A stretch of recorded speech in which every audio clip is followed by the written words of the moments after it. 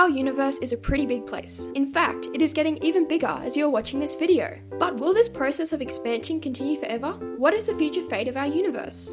Today, scientists can look into the past to make scientific estimations and predictions of the impending fate of our universe. So, before we look into the future to find out more, let's take a step back in time, say about 13.7 billion years.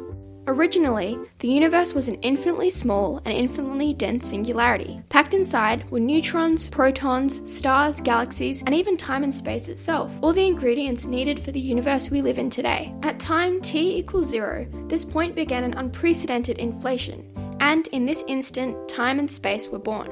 After this point, the universe began to expand and cool. Protons and neutrons began to combine to make simple nucleic forms, then high-energy forms, until pockets of gas condensed into stars and galaxies. Like I said before, from this point onwards, the universe has been expanding from every direction, just like a balloon being blown up. One of the main evidences that proves today's theory of how the universe was created is called cosmic background radiation. This type of radiation was released 300,000 years after the Big Bang, when the universe stopped being a plasma and became a gas. We can see this radiation in the atmosphere today by using a radio telescope. The radiation that we can see is almost a fossil of the Big Bang that proved to us what happened in the past. Another piece of evidence that proves the Big Bang theory is called redshift and relates to how colour and light are distorted as they travel through the vacuum of space. Similar to the Doppler effect, redshift occurs when a light source releasing photons moves at a large velocity away from the direction of light, and the wavelengths become stretched out as they reach Earth. The further away an object is, the longer the wavelengths become, thus making it appear more red on the spectrum. The fact that most of the light reaching the Earth today is redshifted suggests that the sources emitting this light are moving away from the Earth, and in conjunction with cosmic background radiation, redshift demonstrates the validity of the Big Bang today. If we look at a graphical representation of this theory, we can see that the universe that we live in today, that includes stars and galaxies, only really formed 1 billion years after the Big Bang. Our closest star, the Sun, was formed around 4.6 billion years ago,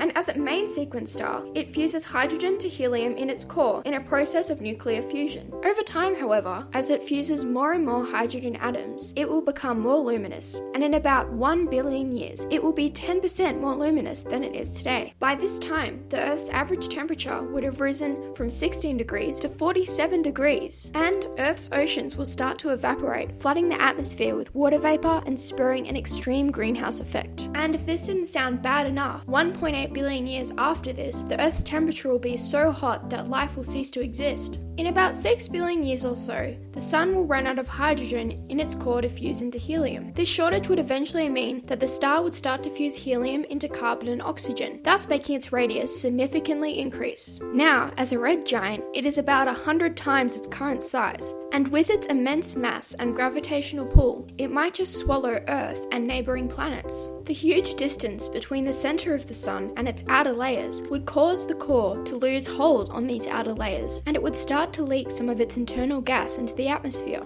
The ionised gas escaping will form a planetary nebula, and the leftover naked core is now a white dwarf. So, that is the predicted fate of our Sun. But what about the rest of the universe? Well, based on the Big Bang theory, there are many possibilities predicted for the future fate of our universe. One goes by the name of the eternal universe, and states that if the universe does not contain enough matter to stop its expansion, it will expand forever. This would mean that slowly all planets and stars would eventually turn into black holes, getting further and further apart. Even these black holes will evaporate and leave behind radioactive matter that has an infinite lifetime. On the other hand, another theory called the Big Crunch is almost an inverse of the Big Bang. It suggests that eventually the gravity of the universe will cause it to collapse inwards under its own weight into a singularity, just like at the start of the Big Bang. This theory also suggests that this process could be followed by yet another Big Bang. So it shows the oscillating pattern of the universe, and this cycle is also known as the Big Bounce. With all that said, most of the ideas explored in this video could still change based on new evidences discovered in the future, so they aren't set in stone. But, based on research and evidence including cosmic background radiation and redshift, it is our most valid theory that explains how the universe came to be. As Isaac Newton once said, "If I have seen further than others, it is by standing upon the shoulders of giants." So who knows? The Big Bang theory could just be the stepping stone to the real truth behind our universe.